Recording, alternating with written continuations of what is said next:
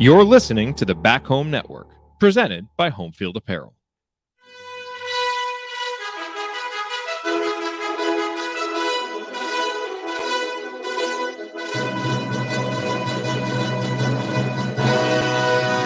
And welcome, Hoosier fans, to this week's edition of Assembly Call Radio, where each week we discuss the most important topics in the world of Indiana basketball. This is our 258th edition of Assembly Call Radio, and it is our 856th episode overall of the Assembly Call, recorded on the evening of July 21st, 2022. I am your host, Jerod Morris.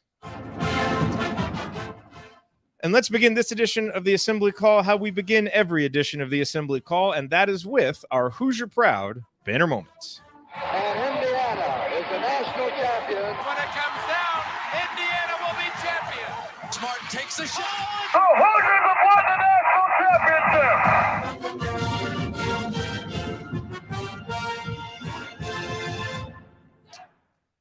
This week's banner moment occurred during Jordan Geronimo's media availability on Tuesday. Asked about his decision to return to Indiana, Jordan said this, quote, "The ultimate factor of me coming back was I have trust in Mike Woodson and I have trust in the program. It's bigger than myself, really. I want the program to be successful. We're fighting for a championship. I want to be a part of that program and seeing other players that came in, everybody that's coming back, and I feel like that's something I can't not be a part of. And so I trust the coach and I trust the staff, the players, and I feel like it's a good decision to come back," unquote. So much of that is meaningful, but I want to zero in on one phrase in particular. It's bigger than myself. For a talented and experienced roster, which Indiana certainly has, perhaps the biggest of all elements that will determine its ultimate success is every guy on the roster buying into his role and buying into the team concept. And for Jordan in particular to say this really matters. Of all the returning players who came back to Indiana, Jordan remains the biggest surprise to me. He could have gone closer to home. He could have gone to a place with a clear path to big minutes. He could have gone somewhere and basked in the intention of being a shiny new offseason acquisition. And yet he stayed.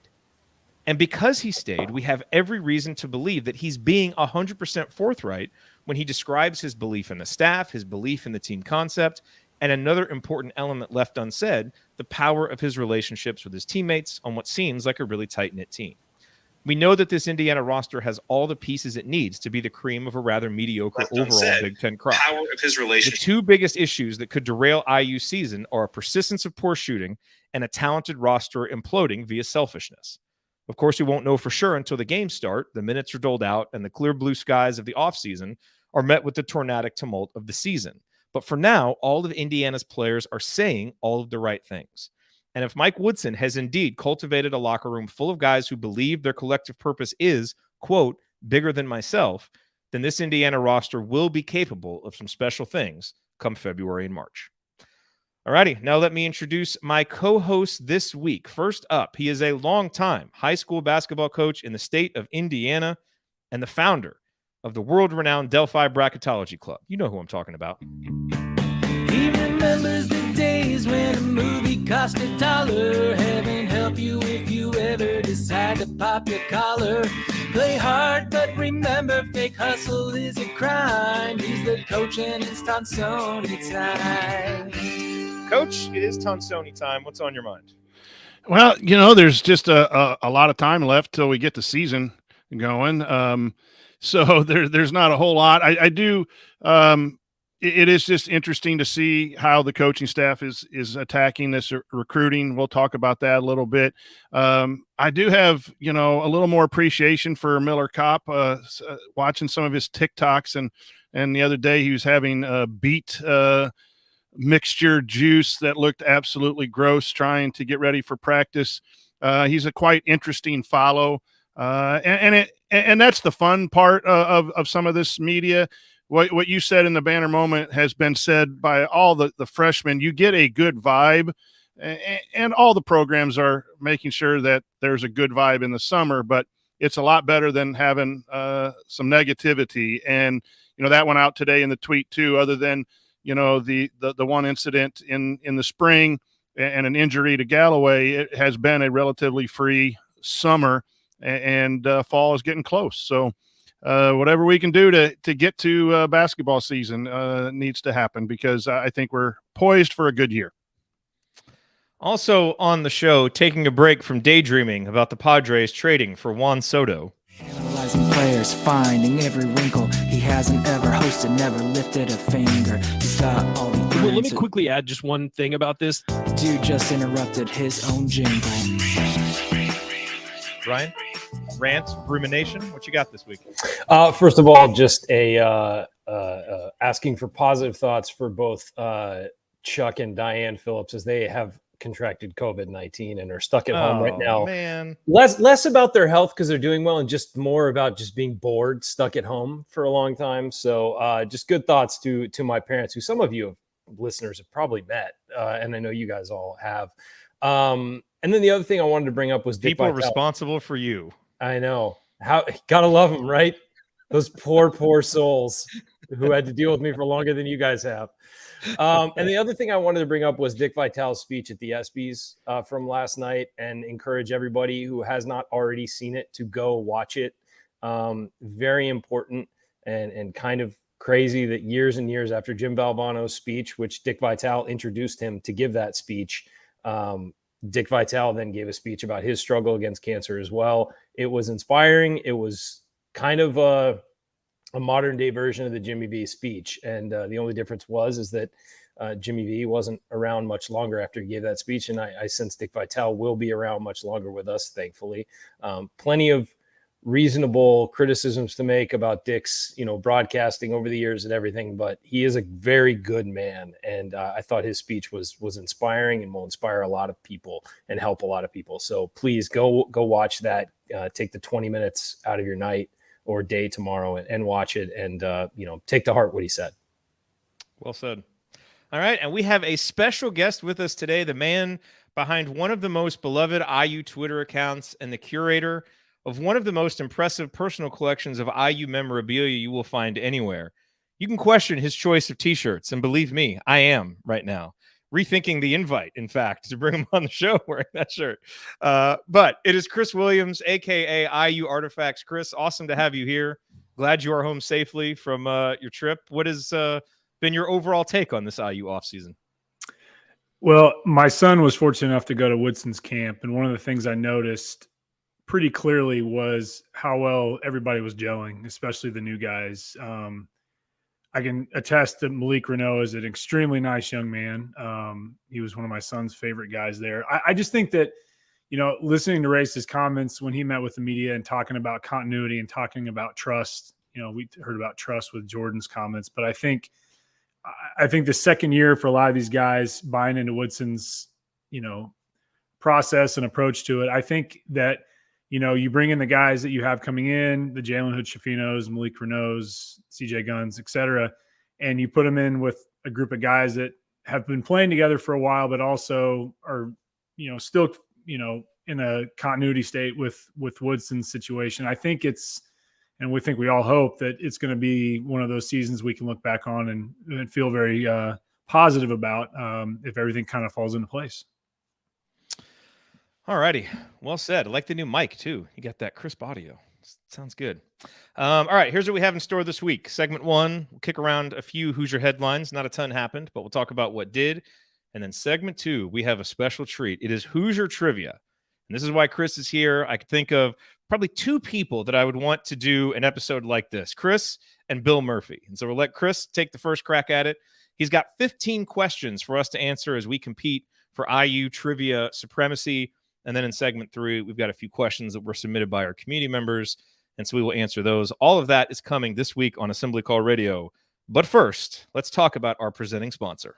Home field apparel. Wear one for the team. That's right. This edition of Assembly Call Radio, just like all shows on the Back Home Network, is presented by our friends at Home Field Apparel, where they have the largest collection of vintage IU apparel that you will find anywhere. They have beloved logos, like 2 different versions of the Bison, hated, terrible logos, like the oval that Chris is wearing right now, but that some people love to wear anyway, so you can get that there. And they release new schools all the time. They've done fake Big Ten schools like Nebraska recently. They're back to real Big Ten schools like Northwestern coming up this week. But there really is something there for everybody as they continue to expand the schools that they have. And, you know, Home Field Apparel, they've got this great shtick where they go back and pull out old brand marks, old logos from the past, celebrate them, celebrate the histories of the schools, put them on these incredibly comfortable and durable materials, and drain bank accounts of people like Coach, who's pretty much ordered one of everything at this point, I think. So Home Field, they're great. They've supported our show for 5 or 6 years now. They came up in the Kelly School of Business. Awesome guys. Go to homefieldapparel.com. Use our promo code HOME, and you will get 15% off your first order. That is promo code HOME for 15% off. Once again, the website, homefieldapparel.com. As always, wear one for the team.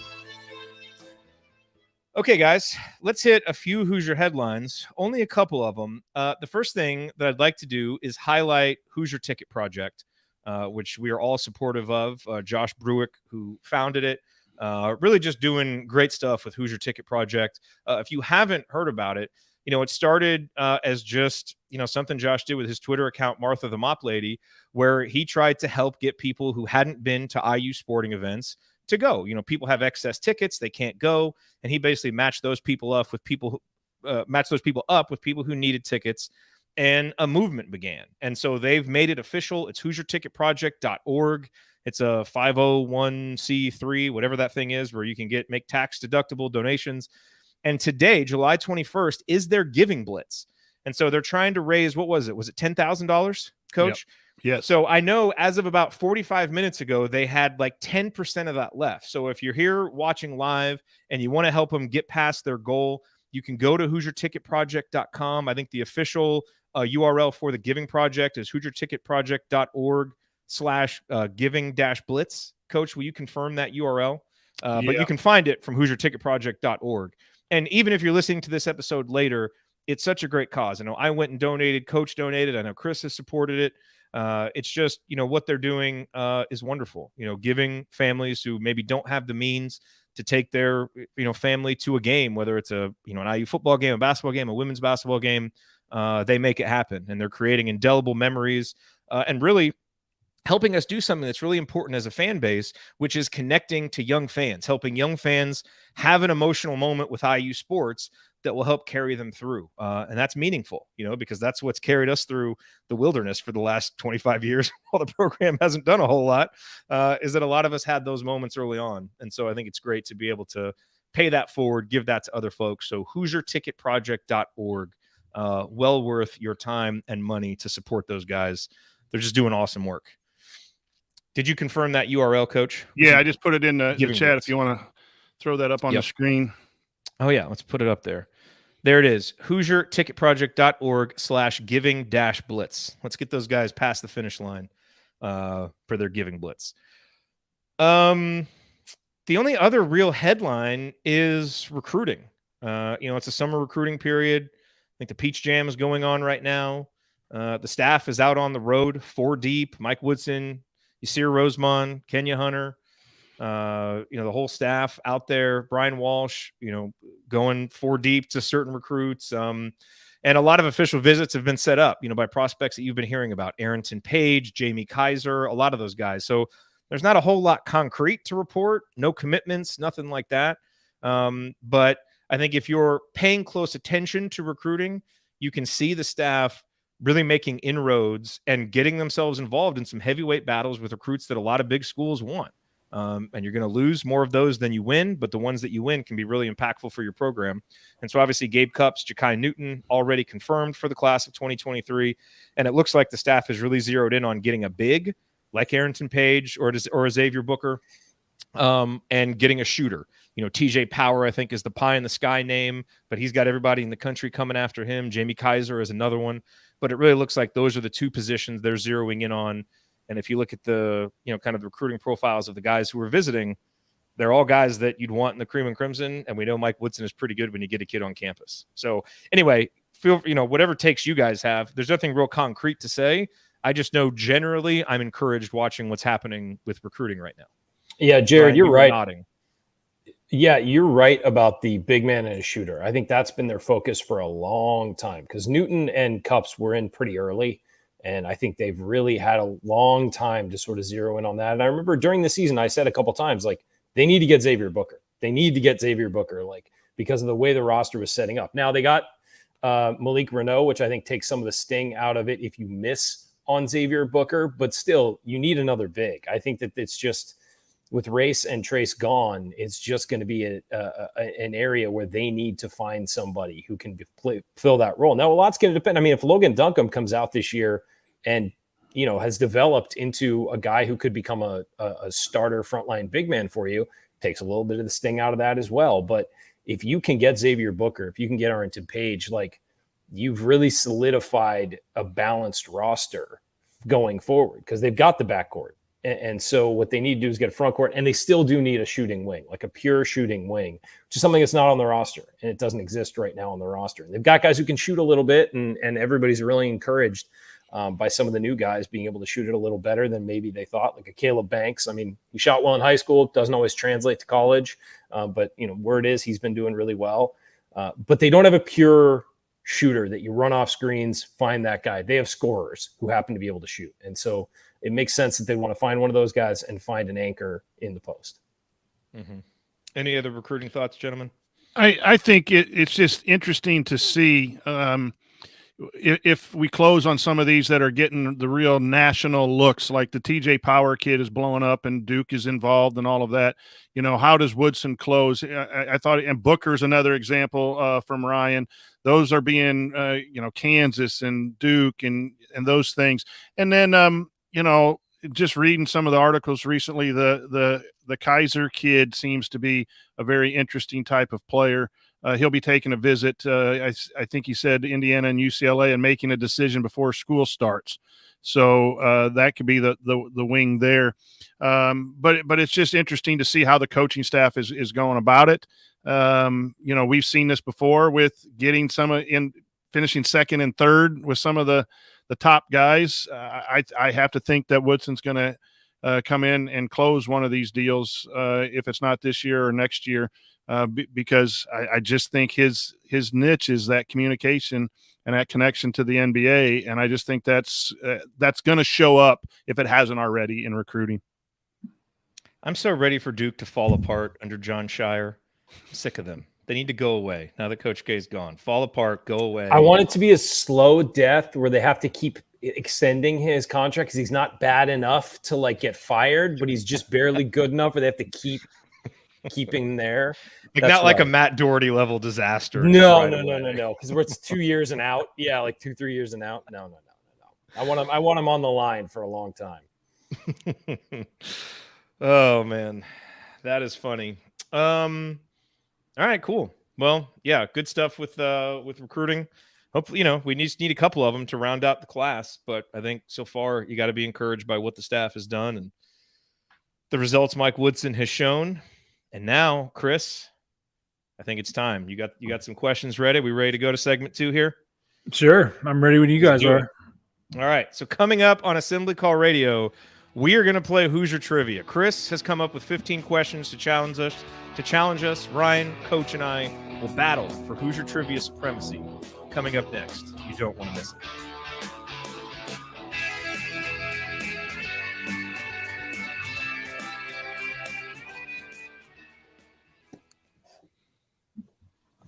All right. Well, good to see everybody here. Oh, I forgot to mention I saw our Doing the Work panel here, at least Jeff. By the way, happy birthday to Kathy. Her birthday was a couple days ago. Kathy Amos, co-host of Doing the Work. By the way, if you've been listening to Doing the Work, we are sending them. I'm about to order both Jeff and Kathy new microphones, so they will have crystal clear audio here coming up. I think they've earned that with the good work they've been doing on the show. But apparently, so is there a game between the women's team and Tennessee happening? Yep. IU women play at Tennessee on November 14th. So the men and women playing in some big marquee non-conference games, which is large. Man, be right back. This whole winter is just going to be like one big game after another. Holy moly. Not like last year where it's like just a slow ease into the season. This is going to happen right off the bat. So that is cool. I will add, I saw is it Sisley kid from down south? He's Trent Sisley. Yes. Boy, I tell you what, he's got a nice body for a freshman. I went to the team camp where Western was participating in and saw him play. And, you know, he's got a ways to go yet, but he does not look like a typical body build of a freshman. So that's a young man to watch. He's got a lot of ups, and he's got a nice little 15-foot shot right now. He was the best player by far in that shootout. So that's the next couple of recruiting classes. But I saw someone mention that in the chat. I think they went 4 deep for Sisley and Harrelson, didn't they? Yeah, both those guys are. They're clearly making them a priority. Yep. We're gonna have some good questions about recruiting, gentlemen. I think you're gonna. Oh man, you're gonna have some. Yeah, you're gonna have some. I will say, forgot about that. To preface this, I think we all forget about the past recruiting class as soon as the new one starts. So we'll see how this goes. It's not totally dominated by recruiting, but I think there's about three questions. All of those go to Jerod. Yeah. No, I don't follow recruiting that closely. Oh, these are pretty infamous. I think you're gonna like these. So. Hey, Chris, try turning the gain up on your mic just a little bit. I think it could stand to be a little bit higher. How's that? That's better. Okay. So real quick before we go to the segment, let's agree on parameters. So I'm thinking since it'll go to one of us first, and you get 2 points if you get it right, and then 1 if you steal. How does that sound? That's sure. Fine. Okay. So and then go ahead. Are we playing for anything? Is there a wager? Whoever wins buys a round when we go back to Bloomington. How about that? A round when we go back to. I'm right. I mean that's basic. Okay, chat mob. If you can come up with some fun stakes before next segment begins and we get this thing rolling, then maybe we'll let you pick what happens. Like maybe if Ryan finishes third, he has to host an episode solo. That's not happening. Come on. That would also be just painful for the audience. Amazing. We don't want to punish the audience. Yeah, don't do that. Highest viewership ever. Can the chat mob answer? So we are going to have to turn the chat off. I'm not watching the chat. Yeah, we can't watch the chat. So you guys decide amongst yourselves, you know, how you want to do it. But I figure you'll put answers out there, and you know, I think they should be involved to some extent. Yeah. Yeah, they can answer if they want. I have it shut off, so I don't. Yeah, I have it shut off too. Yeah. The YouTube feed is off. I can watch.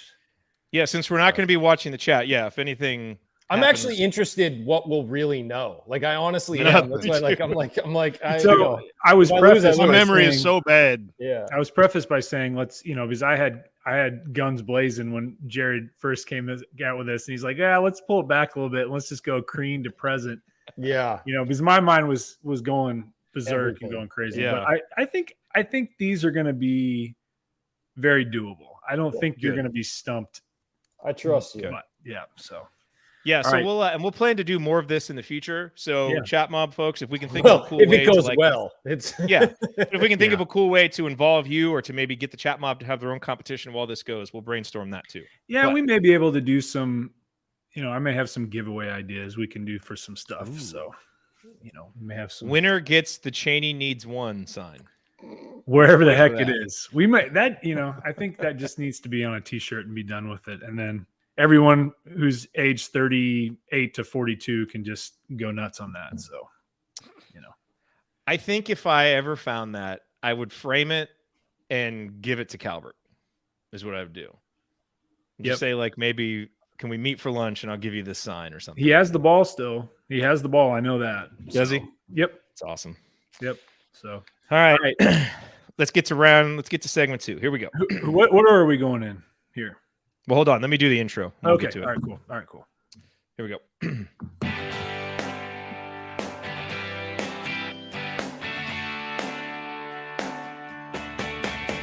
This is Vitale Jones. What's better than an epic buzzer beater? A full court dribble and a perfectly placed pass to set it all up. And, of course, celebrating with Hoosier Nation afterwards. So join Jerod, Andy, Ryan, and Coach on the assembly call after every IU basketball game. Go Hoosiers. Thank you, Verdell. Thank you for listening. You're listening to Assembly Call Radio. I'm Jerod Morris. I'm here with Ryan Phillips, the coach Brian Tonsoni, and our special guest, Chris Williams. You know him or you should know him from the great IU Artifacts Twitter account, which is a must follow for any IU sports fan. And Chris is here not just for his great Indiana basketball insight and knowledge, but to play a game, because we are going to play Hoosier Trivia. And Chris is, as I mentioned at the top of the show, the curator of one of the great individual collections of IU memorabilia, and just one of the best people to talk IU sports with, because he is a historian and just knows so much about so many of the different stories. And so when I started thinking about what we were going to do for this week's episode with scant news and so little going on, I immediately thought, let's do some trivia. And Chris was easily the first text that I put in. He was all too happy to do it. And so we are going to play a trivia game. Ryan, Coach, and I are going to compete to answer these questions. There's 15 questions that Chris has. He is going to rotate around who gets the question first. If one of us answers it correctly on that first try, we get 2 points. If we don't answer it correctly, one of the other two, and we will go in order of who's has the fewest number of points, gets the chance to steal for 1 point. Man, we could do something with buzzers or something, but we just want to do it as least complicated as possible. So that is what we are going to do. The chat mob will play along, and you, of course, listening at home, play along as well. Chris, before we get to the questions, do you want to just set the context for how you came up with these questions and kind of what maybe time period we're going to cover? Yeah, so we're going to start in the most recent time period. So we're basically talking IU basketball from the Crean era through the Miller era, and very briefly into last season with Coach Woodson. So we're talking 2008, 2009 season to present. So, all right. So, Coach, Ryan, we all need to have the chat turned off. So no looking at the chat. I have now turned it off. And I say we let Coach go first. Ryan, you go second, and I will go third. All right. In terms of who gets the question. And here we go. Oh, man, I forgot to bring Jeopardy music. That's for while we're thinking. We'll be doing this again. So yeah, we will. We will. We're a little rusty here. This all came together very quickly. All right. So just imagine Jeopardy music in your mind while Coach is thinking of the answer. It's very appropriate that Verdell Jones introduced this segment, because this question has a lot to do with him directly and indirectly. All right. So, Coach, here we go. Number one, who set the screen on Verdell Jones's defender to set up his assist to Christian Watford for his game-winning Watt shot against UK? Cody Zeller. That is correct. That's a good one. All right. Okay, if that's the level of question. Oh, no. Come on. Now, just, to be fair. Now it's going to be like, no, it's going to be fair. Jared told me easy questions in the text. I can show it to verify. No, it's true. Like, who scored the first points for Kentucky against Indiana in the second half of that game? Yeah, no, because I texted Chris, and then I started thinking, man, he's going to ask some tough questions and make us look like fools. No, that's not bad. That's not bad. That's not bad. No, that's a good. That's not bad. It wasn't going to be like, who hit the shot to beat Kentucky? I mean, I'm not that pathetic. So, all right, here we go. Number two. I'm drinking out of my special Christian Watford watch shot glass. There you go. All right, Ryan. In honor of that. Okay, Ryan. I think you'll like this one. So, all right, who was IU playing when Victor Oladipo was unable to convert the quote dunk of all dunks in 2013? Michigan. That is correct. Michigan. Okay. Yeah. See, I need some music here for when I was watching that at a bar in Milwaukee, and I literally ended up on the floor because I jumped up as I saw it coming, and I was like, "Oh, it's so sad." I have a picture. I have a copy of the picture from the baseline that Chris Howell, the HT, took. It's pretty epic. So. Bonus question: how many floors of bars has Ryan been on in his lifetime? It's infinite. Like that, I can't count that high, and neither can you. No, too many. All right, Jared. Oh boy. Name two recruits that were part of the movement that did not finish their career at IU. Two recruits that were part of the movement that did not finish their career at Indiana. Ron Patterson. Yep. And Jeremy Hollowell. Yep. And you could also go in with Yogi Ferrell. Well, yeah. That's right. Yogi was the only one that finished. Well, Yogi finished, obviously. I was trying to think of the rest of the class. Yeah, Peter Jerkin is the one that I might have forgotten. Okay. All right. So that's 2 points for all of us so far. We're off to a good start here. So Chris is easing us into this. Yeah, we'll see. Nice. We'll see how this goes. I may have Yeah. Okay. All right, Coach. Question number 4. Which Hoosier sank a 3-pointer at the buzzer to clinch a road win at Penn State in 2017? 2017. Jared's chomping at or Ryan's chomping at the bit here. Oh, I know this one. Oh, And who's going to get to steal this one? Coach doesn't get Let's it. just go with the next person, I would say. Yeah, that's If they're fine. Oh, the next person? Yeah, Okay. that makes. Should we that would be repeat the question. All right. Which Hoosier sank a Coach is three-pointer stalling. at the buzzer to clinch a road win at Penn State in 2017? Coach, we haven't had that. I'm many going to guys say, in the if this is wrong, James Blackman. That's correct. That is correct. Oh, wow. Yep, that is correct. That is Wow. correct. That That was was the game. Was that the game OG got injured? Yes. Yeah. Yes, he was in there for Jawan, who got injured, and then OG came and got injured. And that was the game that temporarily righted the ship, and then it just kind of Not for much longer. Was Johnson Yeah. on that team? Yeah. Yes. Yeah, that's I was between those two. I couldn't remember. Yeah. Yep. Okay. So Coach has 4 points. Ryan and I both have 2. All right. Here we go, Ryan. All right. All right. 2 Hoosiers from the Tom Crean era are in the top 10 all-time in career scoring. Name them. It's Yogi Ferrell and Christian Wofford. That is correct. Okay. Hang no hesitation. Mm-mm. All right, Jared. This is question 6. Trace Jackson Davis scored 43 points against Marshall in a non-conference game this last season. In doing so, he set a new record for the most points in a game in Simon Scott Assembly Hall. Whose previous record did he break? Oh, that's good. Okay. So he scored 43 points. What was the previous record? So who? So you're Whose asking me for record the did name he of the break? person. Correct. Whose record did he break? Oh man. Okay, Woodson had 40 some, but wasn't that at Illinois? I was at You don't have to Illinois. answer it. 48. I'm just talking. Okay. Oh, come on, man. I need to be quiet, not say anything else. I think I know Oh, jeez. Give me a moment. Okay, repeat the question, please. it. You got 10 seconds, man. The Come origin on. of the No. question. All right, What do you TJD think? scored Yeah. 43 points against Marshall, non-conference game this last season. In doing so, he set a new record for the most points in a game in Simon Scott Assembly Hall. Whose previous record did he break? 10 seconds.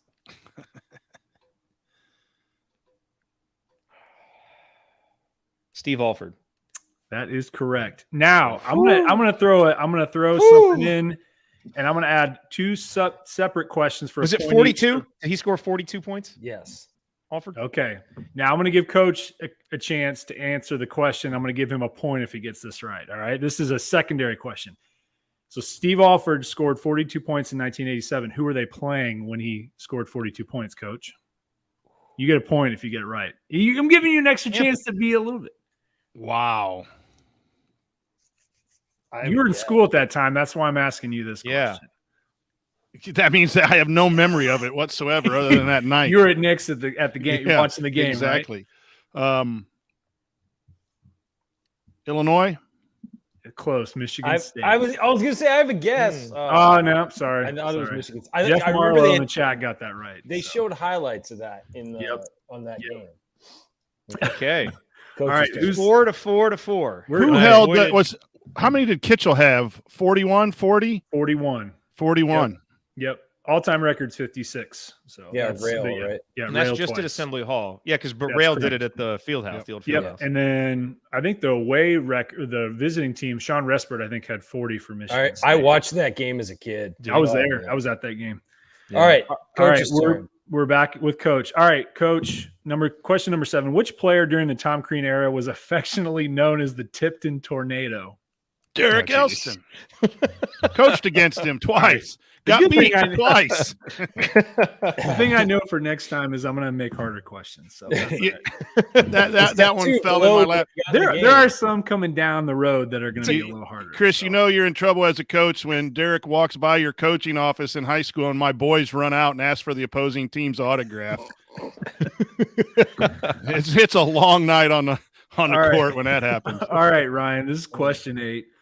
I think this should be just fine. Who did Indiana defeat, and what would be the final game of the 2020 Big Ten tournament as the COVID outbreak would cancel the remaining college basketball season? Nebraska and their 5 Nebraska. football players. Or That's whatever it right. was. Mhm. All right. Okay, for a bonus, who would they have played? Ooh. Next day. Oh. in what might have been a playing game for the NCAA tournament for the Hoosiers. So this is for. I'll give Ryan or Coach a chance. Or Ryan, I'll give you a chance that you can answer this one. Let me think. I don't even know. They played 2 interesting games against them earlier in the season too.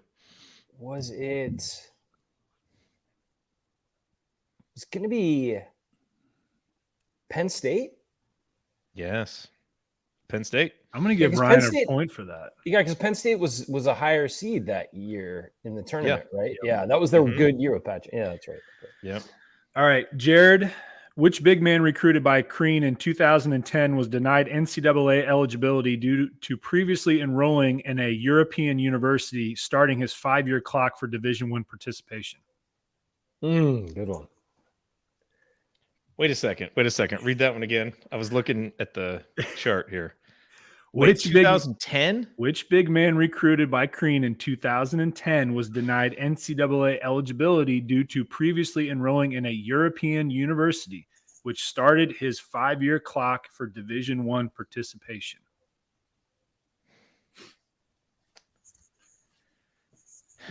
Coach gets to steal this one, Ryan. In 2010? Yep. Yeah. Was it Bawa Maniru? That is incorrect. Coach, do you want to steal? Damn it. I have no clue. Give it to Ryan. Oh, Ryan.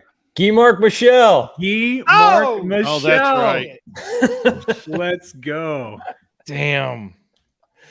All right. Ryan has 7 points. Coach has 6. I have 4. Ryan has 8 because I 8. gave him we gave him a point because he got the Penn State question right. It was your idea, Jared. Yeah. Oh, that's right. But he just stole that. Yeah. Oh, All right. So it's where are Coach's we? turn. Are we at Jerod? No, wait a minute. We're at Coach. Yeah. we're Coach. Coach, who led the Hoosiers in points per game during Tom Crean's very first season at IU? Ooh, that's a fun one. It wasn't Finkelmeyer. Okay, it was Kyle Tabor. Gosh, ruling out who it's not. Kyle Tabor's not there. First year. Oh my gosh. I think I know this. Dumas. That is correct. Yeah, that's a good one, Coach. Everybody Devin thinks it's Dumas. Pritchard, but he ran out of gas in the Big Ten. Yeah, it was one of the two for me. I don't know who I would have guessed, but those were the two. All right, so Coach is 8. And Ryan has 8. Ryan's I have 8. 4. All right, we're back to Ryan. Okay. Following a stellar 4-year career at IU, Yogi Ferrell became the all-time leader in career assists for all career games, with 633. 633. Excuse me. Who did he surpass? Michael Lewis. That is correct. Dang. Jasper, Indiana native. Man, Ryan is on a roll here. 10 points. Didn't he set that against Illinois? He did. Yes, No look pass to what's his name? Big man to transfer from Michigan. Why am I not? Bielfeldt. Max Thank you, Bielfeldt, Max yep. Bielfeldt. Thank you. All right, Take it from Jerod, me, Max Bielfeldt. There you go. Thank you. you can resurrect yourself here. Okay. Name the 5 players honored as Indiana Mr. Basketball for Indiana on their roster since 2009. Okay. The 5 players honored as Mr. Basketball on the Indiana roster. Since 2009, correct. Since 2009. Okay. Anthony Leal. Yep. Trace Jackson Davis. Yep. Romeo Langford. Correct. Jordan Hulls. Yep. Oh, my God. James Blackman Jr. No. Okay, I'm going to give you a point because you got 4 of the 5. Who am I forgetting? I'm forgetting Oh, someone. you're Hold on. Cody Zeller. You're going to kick yourself for that. Oh, my gosh. Like he was I get the a first point. one I Don't I thought you'd steal? say. You Or got a half a point, bro. point steal? Coach, you got a point for that. So I gave That's Jerod right. a point for getting 4 out of 5. But I get man. 1 for 1. I mean, quit. I thought that was the first one you were going to name. I did Jared. too. I thought he was going to go. I should have thought Yeah. longer. All right. Where are we at here? Oh, man. Coach. This is an embarrassing performance. That's all right. Okay. Right? Coach. Yeah, so far, Ryan is Tom Crean, Coach is Mike Woodson, and I'm Archie Miller. I take offense to that. All right. Well, let's see here. God. Where are we How many here? questions are we left? Do we have left? 1, 2, 3, 4. We've had I 4 rounds. Yeah. Okay. Let's see here. I have we may have to do like a When will the bet pain it end? all bet it all or nothing kind of thing. Okay, here we go. Chris is desperately trying to keep me in the game here. I'm trying my best here. We are at Coach. Mid-game rule changes to keep hosts active. No, I don't deserve it. I don't All right, deserve it. Coach, here we go. In 2014, a matchup against Big Ten foe Iowa was postponed due to an issue inside Assembly Hall. What was the issue that caused the game to be postponed? A piece of the siding of the roof, the tin metal fell down on one of the sections, and they postponed it. 8-foot steel plate fell from the ceiling and crashed into some seats. You are correct. Fran McCaffrey's anger set off the fire. That's right. That's right. Okay. All right, Coach with another. Okay, so hold on. Let's do a reset. Okay. So wait, Coach has 11 now. Yep. I have 12.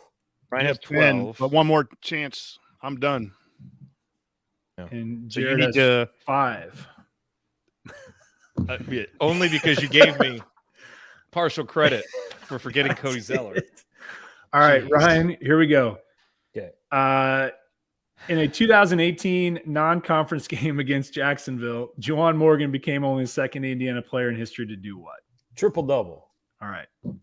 That is correct. All right. As a follow-up to that, Jerod, Oh, boy. who was the first player in Indiana history to have a triple-double? The first player in Indiana history to have a triple-double? Correct. I wrote a story about it for Assembly Call.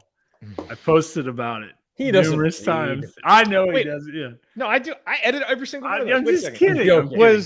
I'm feeling very defensive because I've had. I will give you a hint. I'm going to give you a hint because I want This you to happened be... in the Crean era, in the Crean No, Miller it's era. just different. this is No, all- I'm just. Oh, throwing this is a curveball bonus here. question. This is a Yes, bonus question. Bonus Okay. question. So I give know you a that. hint. I know the answer. It was the year was 1971 against Michigan. Steve Downing. Steve Downing. There we Okay. go. All right, that's who I thought it was, but I thought you No, had me that's confused. fair enough, because fair I'm enough, missing fair every enough, question, fair enough, and fair because I enough. thought it was in this era. All right, we're gonna have 2 questions left, and what we're gonna do is, how can we do this so where we could get everybody a chance to stay in it because we're at 12. What we should have done is had pieces of paper that we could have written on and held up. Oh, that's a good call. Yeah. Well, we could. Oh yeah. Next You time. have like your phones. Can you do that? On your Nah, phones? here's the thing. Jared's kind of far out of it, so let's just do the last 2 questions to Coach and I and see if somebody wins. That's All right. I'll be All right. I'll be a spectator for this one. Okay. Okay. Dang, that's Make it rough. the final So joke. we are we back? Okay, Coach Rob Fennessy, better known as Big Shot Rob, hit 2 game-winning 3-pointers during his IU career. Which 2 teams did IU defeat with Rob's converted shots? Butler and Purdue. That is correct. And he had a lot of other big shots too that Yeah, just he weren't did. game He winners. did. So we're at 13 and are we 13 to 12 right now? Yep. No. I should have 14. I had 12 last week. Ryan has That's 14. right. Okay. 14. All right. So Ryan with a victory lap question here. Well, yeah, and if Coach steals, we got a tie, and then I'm gonna have to pull something oh, that's here. right. Okay, here we go. Last question. This is a follow-up to a Fennessy question. So when Rob hit the game winner this past season against Purdue, who was the inbounder who passed the ball to Rob when he hit the shot? Oh, shit. Oh, damn it. It was. Oh, shoot. It was. Damn, who was it?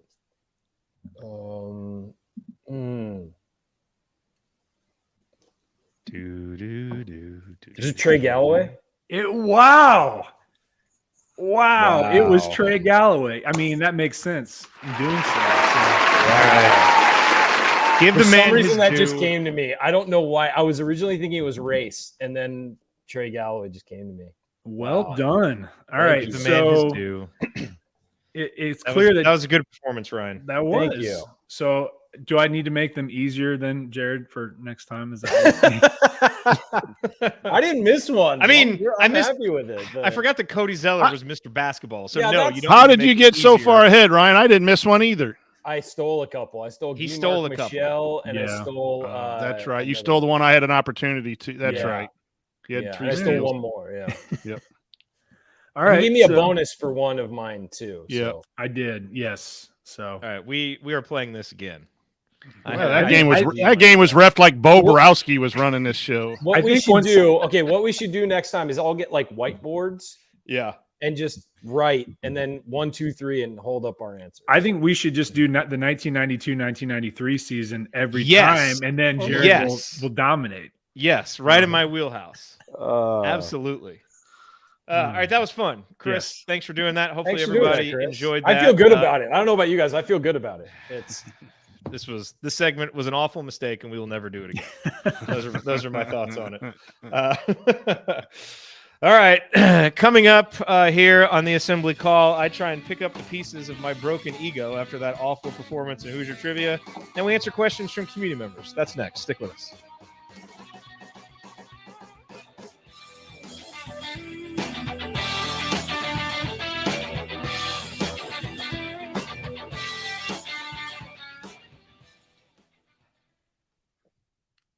All right, Chris, that was fun. Yeah, thanks. That was good. That was good. We'll was have good. to do another round of that this offseason. Maybe you're muted, Ryan. Oh, Is you, it did. Jerod? You had to Jerod- tell him. Jared's I know. buying me a beer in Bloomington. Yes. Yes, I am. I have to buy everybody a beer in Bloomington for that Mhm. performance. Yeah. Okay, cool. Let's get let me see. Oh, I didn't put out a Twitter call for questions, but that's all right. We've got some from the community. I've got Jay's mediocre question. Hang on, let me pull this up. Do you have an update on the Hoosier Ticket Project giving blitz, by the way? I haven't seen. Check their Twitter and see if they posted anything. See if we made it. Okay. And we didn't have anybody submit the dumb question of the week this week, but I gave plenty of dumb answers. So I mean, the Cody Zeller one, it's one of those things where that's hard because you have to think of 5 people, and it's like often when you I have just to do shouldn't have that- said James Blackman Jr. I should have just thought about it longer. It wasn't a I bad would have guess. gotten to Zeller. I was good. The No. problem is I got Yeah. back forward, and so I was going backwards. And I was like, oh, Blackman might have done it. Yeah, See, no, I thought you were going to honestly- start with holes. Honestly, dumb. I would I have know. missed. I know Holes did it because I was covering him when he did it, but it was like initially my thought wasn't Holes. It was I know it's right behind you, Chris. Like initially my thought was Blackman too, but I remember he didn't win it that year. I don't remember who did, but I remember that it was like a thing that he didn't win it that year. I don't remember who won it. I don't either. All right. Well, no more dwelling on that question. Here we go.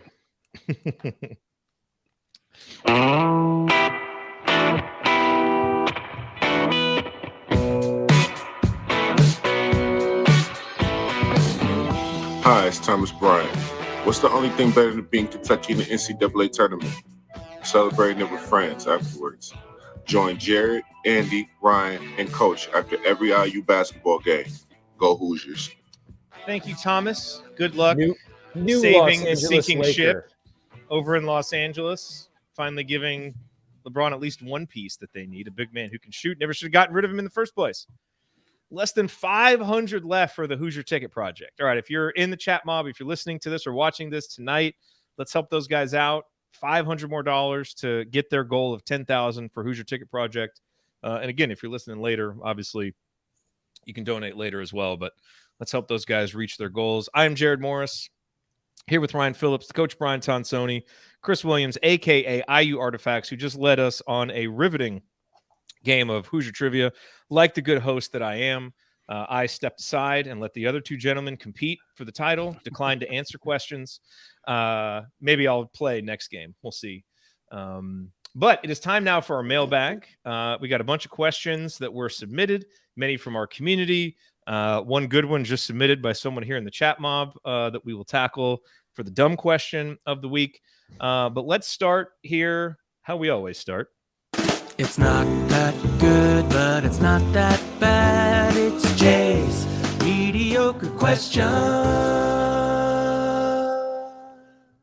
It is Jay's mediocre question. And Jay's mediocre question is, what is the hypothetical IU lineup for this coming season that you'd be most excited to see?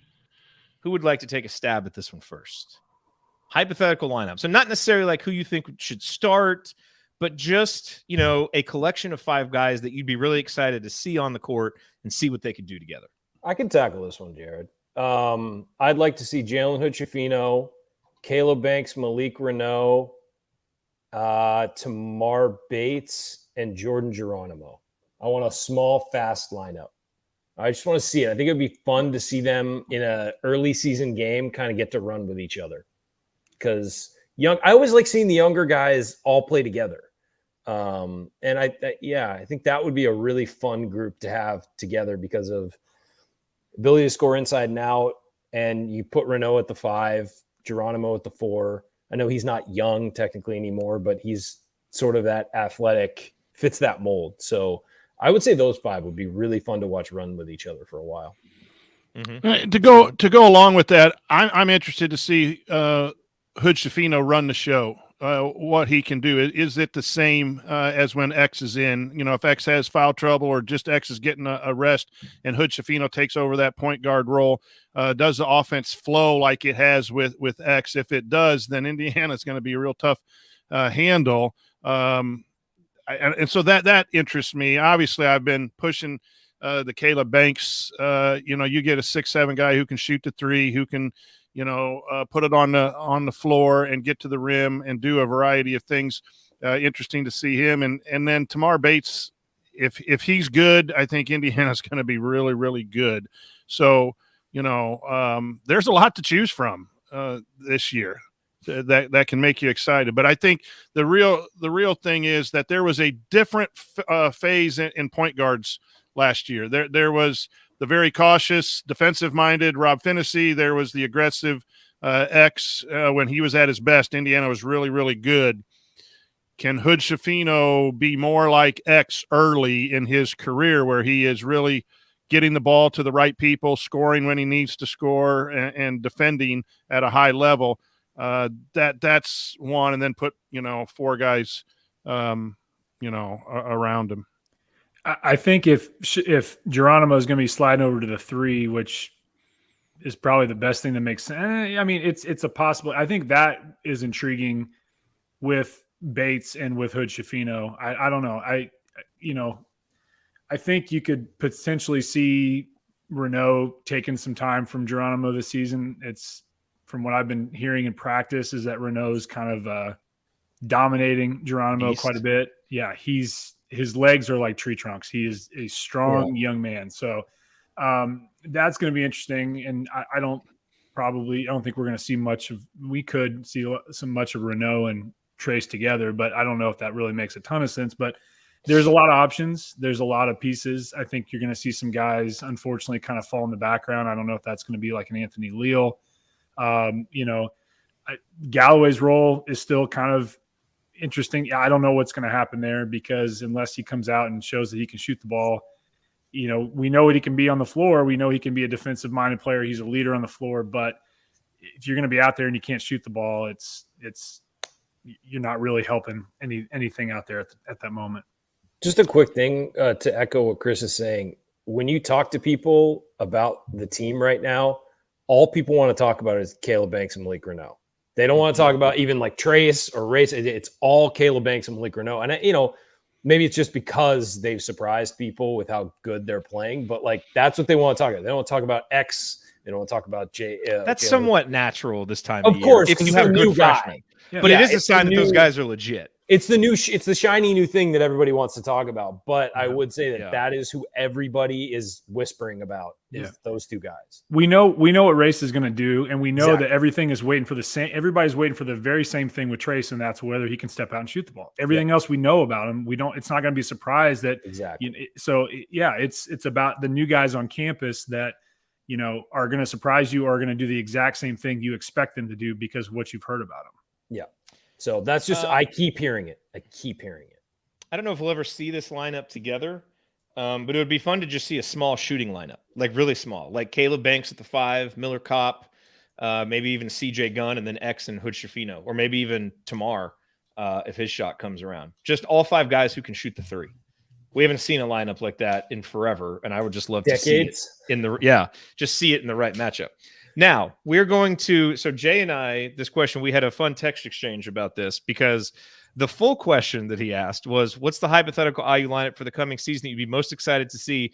Jerod, you can't say 5 Anthony Leals, and that led us to a long text exchange of who would win a tournament of 5-man cloned teams. So, like on the IU roster, like if you had 5 Jalen Hood-Shafinos or 5 Trace Jackson Davises, 5 Race Thompsons, what clone team would win? We both thought that the answer was obvious for who would win, and then had a debate for who would come in second. I'm curious if you guys agree. Would you say five Race Thompsons would win because they can do kind of everything? We both had Race second. Okay, I can see that. Xavier. 5 Geronimos? I'm going to say Xavier. Yeah, Xavier would be my answer. That's not who we had. 5 Tamar? Nope. Are you gonna say Trace? Nope. Okay. I don't know who you're gonna say. Hood-Shafino. Man, I don't think so yet. Maybe around. I think Race would be the one that would win it for me. I think just because defense, offense, he can kind of do everything, and he just muscle people. He'd out muscle JHS to get his points every time, I think. But Shafino, no. Banks is the one who is the most intriguing because it's quite possible it could be him. If there's such a wide, yeah. So, but anyway, what we know now is, I would say that. So. Yeah, Race would be my pick. It was a fun question. Yeah, we had Jalen Hood-Shafino and Race Thompson. Okay, next up, it's the dumb question of the week. Yes, so we did not have a dumb question of the week submitted, but we can always count on Joel to come up with something dumb when we need it. And Joel has done that. Joel, we appreciate that. So Joel has saved this segment in the chat mob with his dumb question: does making TikToks make a difference in player performance? He and I were both involved in, just a life-sucking Twitter conversation that I never should have gotten involved with, and yet sometimes people are so flagrantly wrong on Twitter that you just can't let it stand. And this guy's going off on Miller Kopp for making his TikToks and how he hasn't earned the right. And he's like posting screenshots of, the Santa Clara box score. It's like, dude, you realize the North Carolina players were like famously making TikToks all throughout their run to the title. So it has no impact whatsoever on your ability to actually perform. So let's just stop with all of this nonsense. And anybody who wants to make you think that this has an impact or that it suggests that their head's not into it. I don't know. Other teams were making them and winning just fine. So I guess their head was in it. It's a stupid storyline, and it needs to go away. So it's actually not the worst question, but it's just dumb people that make us ask this question. What is? I'm actually tired of it. That's why I said it in my opening.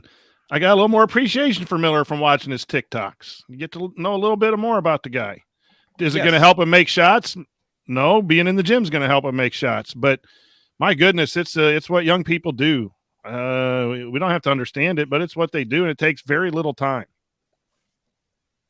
Yes, and they have time. It's of all the pastimes they could have when they're not focusing on basketball, that's a pretty good one.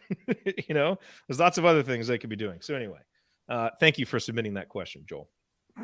Let's go to our community questions now. This is from JD. A lot of opinions have been expressed about Coach Woodson's more targeted, selective attendance at recruiting events. What are your opinions on this approach to recruiting? Ryan, you've been outspoken about Mike Woodson's recruiting, good and bad. Why don't you take a stab at this? I think if it's a high priority recruit, the coach should be there just like the rest of the coaches. I think you need to show the flag. I've always thought that. The fact that he wasn't at the state final game really kind of rubbed me the wrong way. I think if there are elite recruits somewhere and all the other coaches are there, you need to be there. Now, Mike Woodson is still new to the recruiting game. I think he's done very well so far. I've been outspoken about that, but I do think that actions speak louder than words sometimes, and showing up when you need to show up is important. And so he's missed a few big moments, and we'll see if that works out. I mean, he doesn't have a long enough track record to know whether or not that works out and whether or not it works for him to do that. But on the surface, it doesn't look great when every other major coach is somewhere and yours isn't. not a critique of Mike Woodson's ability as a recruiter. It just doesn't look great. And so, yeah, I think you need to show up for the big ones. I agree. I was at the state finals and I'm watching Izzo and all those guys prominently place themselves in a place where Booker can see, and Painter was there. And it wasn't like you can talk to them or make a sales pitch or that's going to be the final thing. And I think ultimately it comes down to where you feel the best. And if you can get that done on a phone call or a Zoom or whatever, then so be it. But it's a game of being seen. And when you're in attendance, that right or wrong in this day and age shows your interest.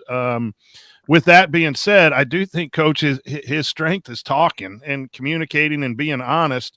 And you don't know if he called and said or whatever they were allowed to do, saying, "Hey, I'm not going to be able to go to the state finals, but we'll have an assistant there." You don't know if that stuff's going on in the background as well. But it does seem like he's missed a few that a lot of people aren't missing, and only time will tell. I remember in high school, because I went to the same high school as Jerod Jeffries, and I remember specifically when Bob Knight would show up to games at North, and that made a huge impact because, and again, it wasn't an all-star, it wasn't AAU, but it's just one of those perception things of when the coach is there to watch you, it's a big deal. And again, he's a player's coach. He builds a rapport, builds the relationships, and there may be some things behind the scenes that he's doing that is what these players want to hear. But I agree with what Ryan and Coach said, that it's a perception thing, and if with a lot of these players now, it's about who's there to see me and who's not, and that could very well adjust the level of where you stand in a recruit's mind. And again, I think that people are telling Woodson that. I hope. I know that it's a new thing now with Holes kind of running the show with recruiting, and I know that he's going to be involved behind the scenes, and he's been out on the road too. But yeah, it's a perception thing, and hopefully that doesn't cost us down the road. And hopefully the guy like Booker, who's right up the road in Indianapolis, that's your guy. You got to be there for that kind of recruit and be there in person. I think you all say things that make a lot of sense and that are valid points. I would just caution anybody on making judgments right now, because we need to see what the results are, and different coaches can succeed in different ways. And I also think it's important to recognize that we're in a different paradigm for recruiting now. NIL has changed things. Players' ability to work with agents has changed things. And some of the relationships, long-standing relationships that Mike Woodson has, which previously wouldn't have made as big of an impact in recruiting, are going to be more impactful now. And so there's a very real possibility that doing it differently can lead to different results. Now, a top recruit showing up for the state title game, whatever. Yeah, that does seem like an important thing to do. But I think we probably have to let the next few years shake out, because there may be some different methods that we haven't really seen work that will be more effective in recruiting now. And I certainly think that so far, Mike Woodson, all the results have been fine. And so, I think what you guys say is valid, but I think it's very fair to not jump to any conclusions, and let's see what the actual results are. There's nothing like, none of this rises to the level of concern. I think it's more of a curiosity. No, but if you're asking, I'm going to give that answer. You know what I mean? But I agree. I think he's done a really good job. That kind of is like, show up to the state title game. Like, it's just it's part of it's almost like going on those barnstorming tours where you got to give speeches or whatever. It's just, if you're the head coach at Indiana, you got to show up at the state title game. That's my opinion. Yeah. And our coach was there, damn it. Damn right. I couldn't get low enough to make a difference. Maybe Xavier Booker will come to the assembly call because our coach was there. Yeah. No, and there's a part of it too, that if we're down to the last, two teams, and he says, well, this coach came to the Peach Jam and this coach didn't come to the Peach Jam.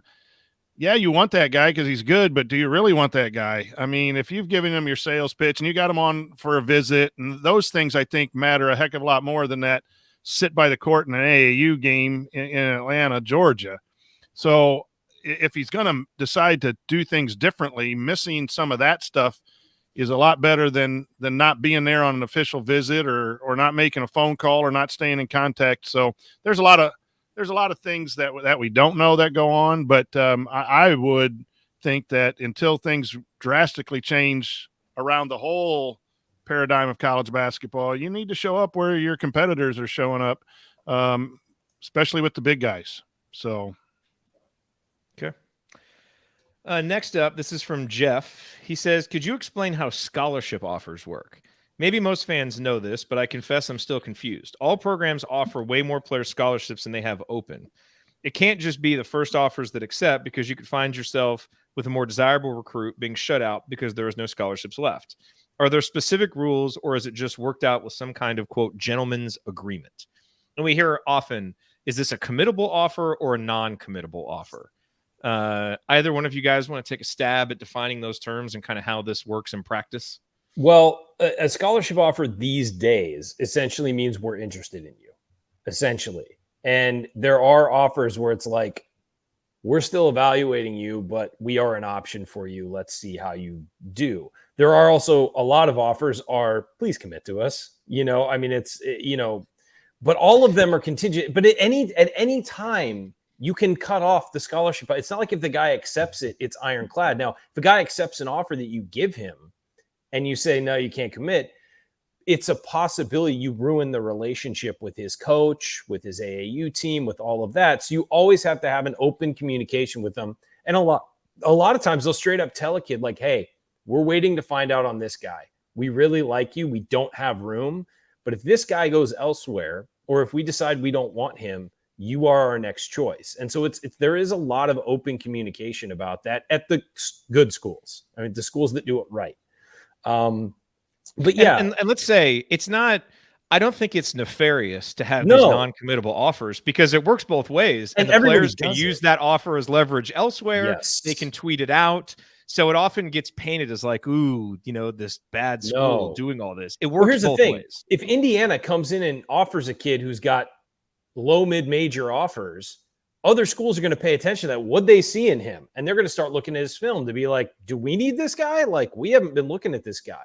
So you're right. It does work both ways. I remember one time, and this was a football kid, but USC offered this kid who was like a low 3-star, and this was years ago. It was under Pete Carroll.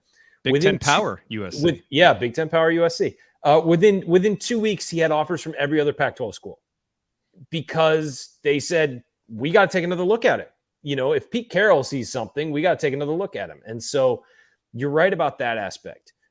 It does get bad. I think it's worse in football, because I think basketball guys commit early enough where it's not a crunch at the end. But like, there are days on signing day in college where kids are about to commit somewhere, like to Alabama or whatever, and Alabama has to call them and say, hey, we don't have room for you. Like, other guys that we didn't necessarily think we were going to get have committed. We do not have room for you. You have to change. And there are kids nowadays that postpone their commitment ceremonies because at the last minute, the place they thought they were going cuts them off. And so Nick Saban is making those calls personally? No, I do not believe that. But there is that, tension there. For basketball, I think it's guys have a much longer lead to commit, and it's usually months before signing day. So I do think it's more open communication. The process is probably laid out when the offer is made too, on how they're going to decide what offers they're going to eventually take, or what when a decision might have to be made by the player versus the decision. It just has to be some sort of communication when that goes out. Yep. Okay, and one more question here. This is from Terrence. Chris, you can take the first stab at this. How confident are you that TJD will show his abilities from mid-range and outside this season? And has he developed a pull-up jumper like Watford used so effectively? I don't think the pull-up jumper is going to be a thing. I would wish it would be. I hope that he does, because I think we all realize this is it. So if Trace does anything that reminds us of Christian Watford as a shooter, we're going to the Final Four. Yeah. I'm just going to say that right and now. Beyond. If he's bringing the ball up the court and he's just like heaving it from 35 feet, I'm going to lose it. So yeah, I don't know. I mean, it's been the same thing for however many years, where we've had a one-dimensional game with a lack of shooting, and it's a collapsing on the low post player and you have nobody to kick it out to. We saw signs of it last year where we had the ability for guys to shoot, somewhat consistent at times, but not really. I don't know. I mean, if he can hit a 15-foot shot, it's a game changer, but he's got to be able to have the confidence to do it. We've seen the video of him, working out and during the summer and doing it comfortably, but that's not a Big Ten defender. It's, I think that's the key. I think that in addition to everything that's been talked about and analyzing this lineup and all the things that can work out, that's the key, because it all comes down to your best player being able to be more than just a guy who can post up, who's got great footwork, who's got great speed. He can go to his right, go to his left. He has to be able to shoot the ball. It's the reason he's here in year 4, the reason he's not on an NBA roster, last year or the year before. It's the $1 million question. We will see on day one. We'll see what happens, but I would hope so. I would hope so. Look, if he does and it's successful, we're going to be really good. The way that, here's what I'm confident in. I do think we'll see it more in November and December than we've seen in the past, because that's kind of the time for trying stuff out. You've still got the offseason momentum of all this talk. I'm sure we'll see Jordan Geronimo at the 3 some. But then the big games are going to start, and Big Ten play is going to start. And we're going to remember, oh, yeah, we have the most devastating pick-and-roll combination in the country, and Xavier Johnson and Trace Jackson Davis. And they're going to do a whole lot of that. And we're going to have some other shooters like Miller Kopp and Tamar Bates and guys step up. And we're going to fall into an offense where everybody's playing to their strengths. And a Big Ten title is a possibility. And there's not as much time for experimenting. I don't know that we're going to be able to get out of the experimental phase with Trace as a shooter, considering we haven't seen it yet. And so I think we'll see it early. I hope he makes some, but I don't have confidence we're going to see it in the thick of Big Ten play. That doesn't mean I don't think he can't be the Big Ten player of the year. I think he can, just doing the stuff that he's really good at. But there's a lot of other players. He's not going to – it would be a nice dimension for him to be able to make those shots, no question about it. But we can win the Big Ten without him making those shots. And there's a lot of other really good players to take them now, I think. So I just think once you get into Big Ten play, it's like a lot of the offseason talk. It kind of goes away and guys focus on the stuff that they're really good at. And I hope I'm wrong, again, because him adding that dimension is great. But what am I confident in? That's what I'm confident in playing out. He just has to make one every once in a while, to keep him honest. This team has a spacing issue. It has had a spacing issue for a long, long time. And until he either hits shots or he moves on and you get 5s and 4s that can, stretch the floor like we see a lot of. Or if the other 4 players on the floor can hit 3s. Correct. But Indiana's got to solve its spacing problems. And one of those is to have your 5 be able to shoot 15 to 18 feet at least, if not shoot to 3 like Dickerson at, up there at Michigan. Those are huge threats. Can you win without that? Yeah, there are programs that have heavy low post presence, a lot of them in the Big Ten.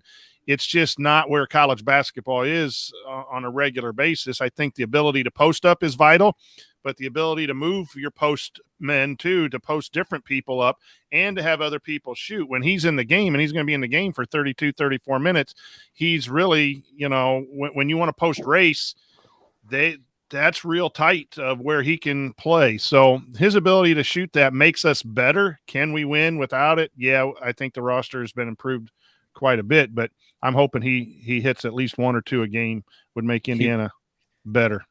He won't play that much if Ryan has anything to say about it. I think he'd prefer not Trace early play in the 16 to 18 minutes to make sure he's fresh. In the non-conference against the bad teams, 16, 18, 20 max. Middle of the Big Ten season, you need him, give him 34.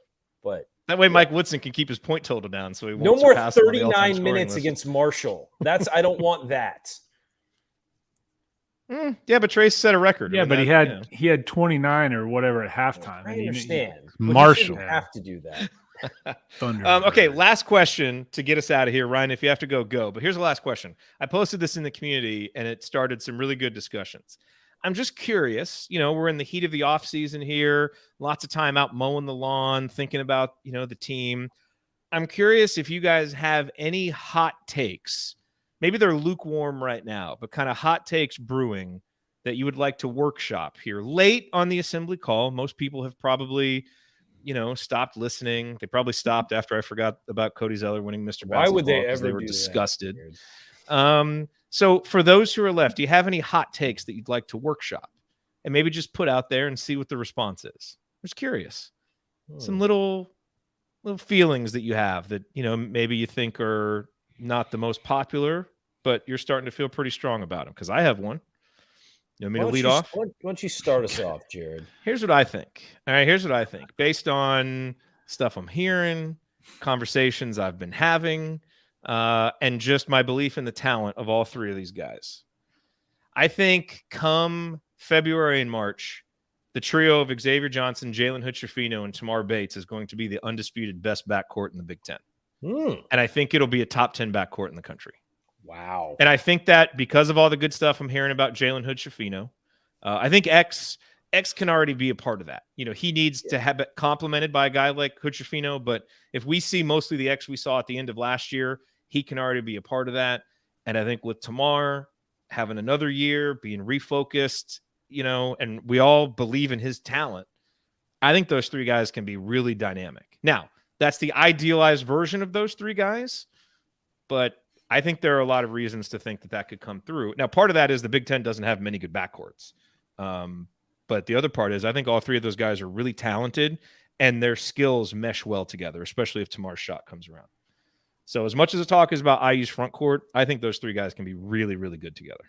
Well, that's a good hot take, Jerod. I don't have a hot take about this team yet. I don't have a feeling one way or the other strongly enough to put one down. I will certainly start thinking of one, though. I think that would be a good exercise for us all to come up with. This is to workshop them. You don't even have anything that you're considering? Not really. Like Toss it last out year. there. What about theory? Last year in the summer, theory. I had the Race Thompson will be the most important player on the team. I had that. And I went big with that one. And it worked out, I think, for most of the season. But most of the season, yeah, towards the end. Caleb Banks gets that back from him at the end of the year. Caleb Banks gets the most minutes at the 3 by the end of the year. Whoa! Wow! That's my hot take. You got 40 minutes, so I bet you he gets 20, 21 minutes at the end of the year. Over Tamar Bates? Yeah, because tomorrow will play the 2, and they'll rotate those Hood-Schifino, those guys in. The Bates will play a lot of minutes, but I don't think Bates will play the 3 or Hood-Schifino will play the 3. I think those 3 will play 1 and 2 combination. Wow. I'll say Coach loves Caleb Banks, man. I mean, president of the Caleb Banks fan club over here. I don't know if this is a hot take or not, but I think Tamar Bates' development is the single most important thing to this roster. Oh, I don't disagree with that. No, that's my hot take. I'm saying, I think that's my take. Is it Tamar Bates determines where this season goes? It's all on him. He can make this a Final Four team. Yes, that is what I'm saying. Is if Tamar Bates is a Tamar Bates from last year, which he's a fine player, but he needs to be able to score. If he's that guy, the ceiling is much lower. I think that because I think what you're going to get from pretty much everybody, at least within degrees. Tamar Bates is. I mean, he could lead the team in scoring. I don't think he will, but I'm saying at the top end of what he can do, if you watch what he can do, he could lead the team in scoring along with TJD. He's a sophomore breakout candidate. We saw a couple breakout big time last year. And so I think that would be but I don't even know if that's hot. I think that's a little lukewarm. I think he's might be the most important player. His development is the most important thing for this team, I think, right now. No, that's a hot take because other people would say I've heard Geronimo cited in there. There's a couple other guys, but Geronimo adds something nice. But they're all important to get better. But Bates is something we need, which is a scorer, which is a 3-point shooter, a pull up, drive and pull up at the elbow. Although that's not the greatest shot anymore, but there's still a time for that and an ability to get to the rim. No, here's the thing about Tamar. Here's the thing about Tamar that he 3-tier scoring. Here's the thing about Tamar that he has that even Xavier Johnson doesn't always have. He has that bulldog, give me the ball, I'm going to score mentality that he hasn't shown yet, but you could see it if you watch in high school. He has that. He has that dude that you can give the ball to late shot clock and go get something done. He had it last year. He just missed shots. Yeah, exactly. And forced some. Trace Jackson Davis has that, but it's harder for a guy with his back to the basket to do it than it is for a wing. And if you have two guys who can do it and two options late, Xavier Johnson did that a little bit last year towards the end, but he has limitations. Tamar Bates, if he gets to where he needs to be, does not have those limitations. So I would say Tamar Bates' development is the single most important thing for this team. All right, Chris, this segment is heating up. You got to come with a hot theory. take now. I don't know. It's a theory. Okay. I think Jordan Holes is secretly the new shot doctor. He's the new Tim Buckley, and he's not here to be recruiting coordinator. He's here to improve the team 3-point shooting behind the scenes, and he's working with the guys late at night at Cook Hall. And Ryan, what will your reaction be if everybody comes out the first game shooting like Jordan Holes? I would be horrified. Absolutely horrified. You don't want the waiter plate. Holder plate. Absolutely not. Do not teach your kids to shoot like that, please. Teach your kids to make like that. Yes. See, here's the thing about, and I mentioned this about Jordan's shot. He worked on it so hard and so long that he was able to determine exactly what he needed to do with his funky mechanics to make it work. And he practiced it and practiced it and practiced it and got it to a point where he could repeat it all the time. Another person probably could not do that. It was his body, his arms, like whatever it was, everything worked together to make that what he could do.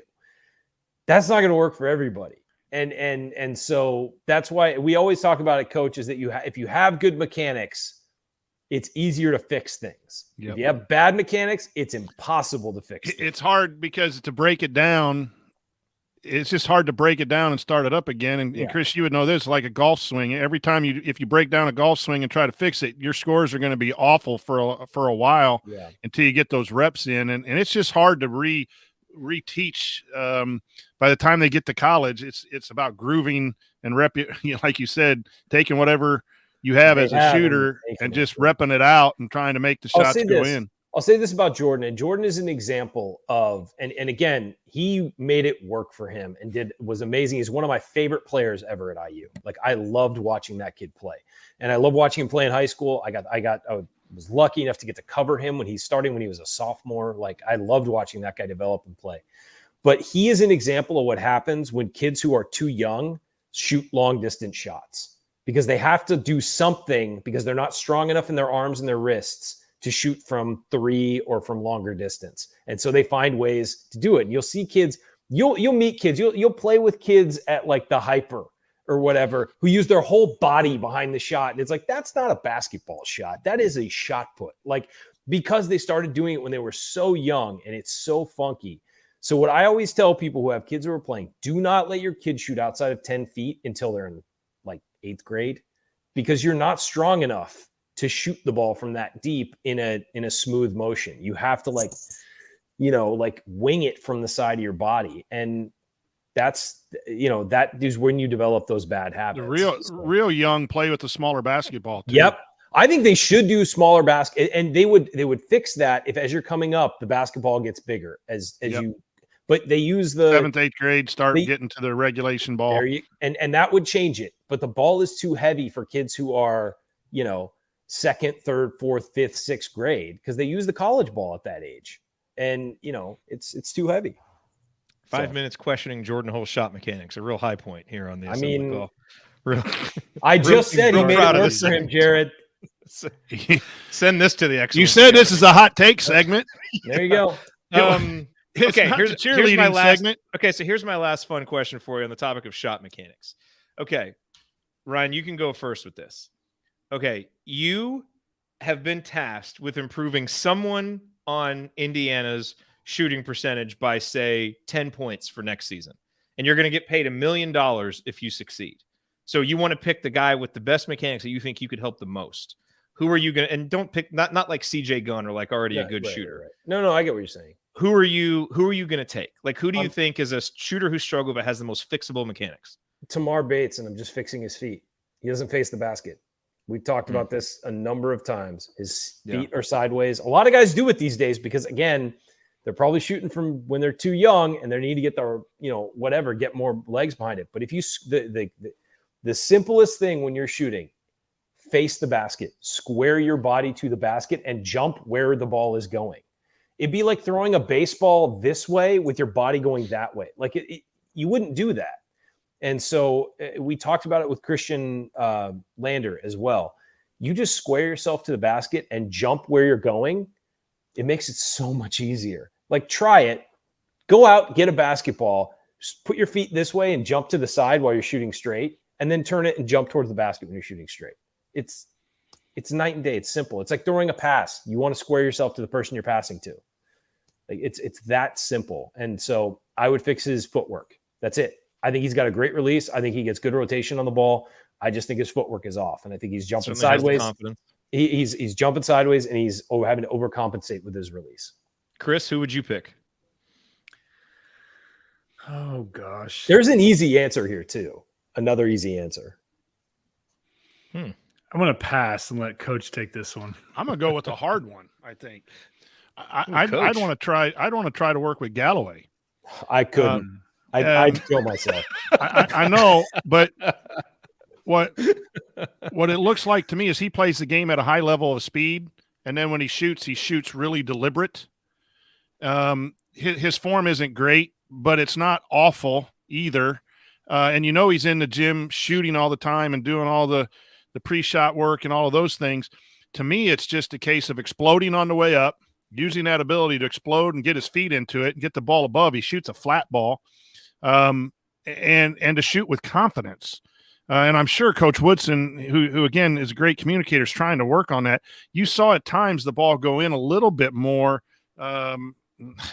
Maybe I'm wishful thinking there, but that's someone that, man, if you really could just work and work and work, and I know the young man is doing that. Well, not now because of his injury, probably at the level that he needs to.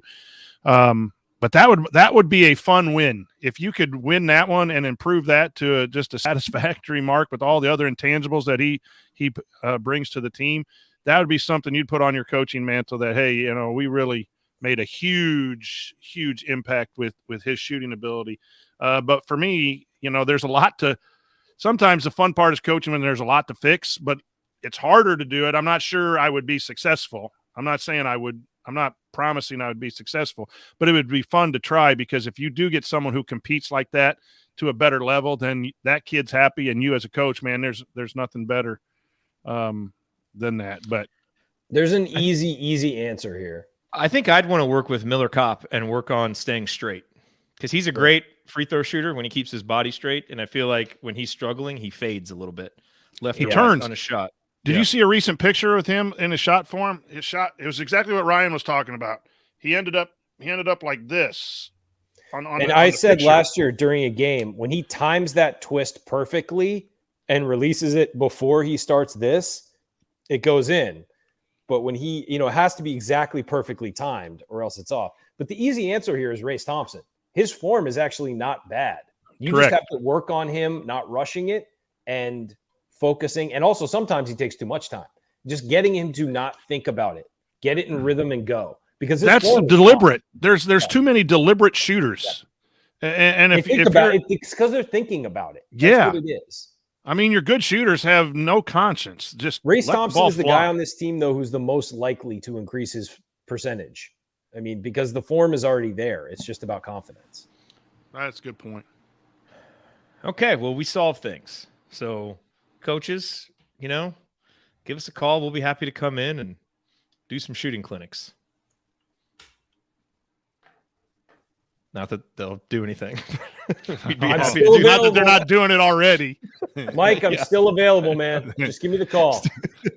Those guys get so many shots up, it's not even fun. Oh, man. I know, but it's fun to just chit-chat about it here like we're sitting around a bar. It's what we do. All right, let's close this up. That is going to do it for us on this week's edition of the Assembly Call. If you want to see us do the show live, join us at assemblycall.com on Thursday nights for the live broadcast of our Assembly Call radio recording. Thank you, as always, to Bob Thompson for producing our music. Thank you to John Ringer of rigsdesign.com for designing our logos. And thank you, as always, for listening. We will be back next Thursday with another edition of Assembly Call Radio. Until then. Take it from me, Max Bielfeldt.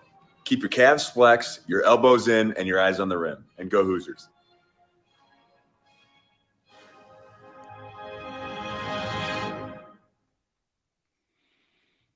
Joel says 90-minute podcast in July. That's what we do. Update on the Hoosier ticket. Thanks for coming out. You're welcome, Coach. Hoosier ticket project about 300 away as of $300 away. 9:50. I got a message. Just checked my phone. So okay. All right, so we got time. Get those guys to $10,000. $300 away. It's good stuff. Chris, thanks for being here, man. Thanks for having me, guys. Fun. Thanks for the Tipton tornado question. Yeah, I didn't even put that two and two together there. That was right there in your backyard. So, Jerod, who is the all-time leading scorer in Big Ten history? Steve Alford. Glenn Rice. Performance. Glenn Rice. Yeah. All right, guys, I gotta go. It's great talking to everybody. All right, see you, Ryan. See you. Give your parents our best. I will. We'll see y'all. I think next time it'll be 2002 recruiting class and the famous question of which former IU recruit will, quote, always be a part of the Hoosier family. The great Josh Smith. Yeah. Man, I'll tell you, my dark period would be probably like 2004 to 2008, like the last few years of the Mike Davis era when I wasn't even living in Indiana. And that was like kind of the one period of time when I wasn't even really paying that close attention to what was going on. I would probably get almost nothing right. The latter part of my college years. Yeah. Jess and Gray Ashley doing keg stands in our kitchen. I don't know if you even remember him. He was oh yes. Yeah. That's funny. All right, cool. Well, thanks for being here, Coach. Always good to see you. Give Amy our best. All right. And nice we'll work see on you Twitter all. there with your wife. That was nice work. Hope she And appreciated she didn't even it. follow me. She didn't even follow me on Twitter, so she probably didn't see it. But I had to throw that out there for the That was people nice. that know. Hey, man, the best tethers are now. They are now. All right, everybody. We will talk to you Peace, later. everybody.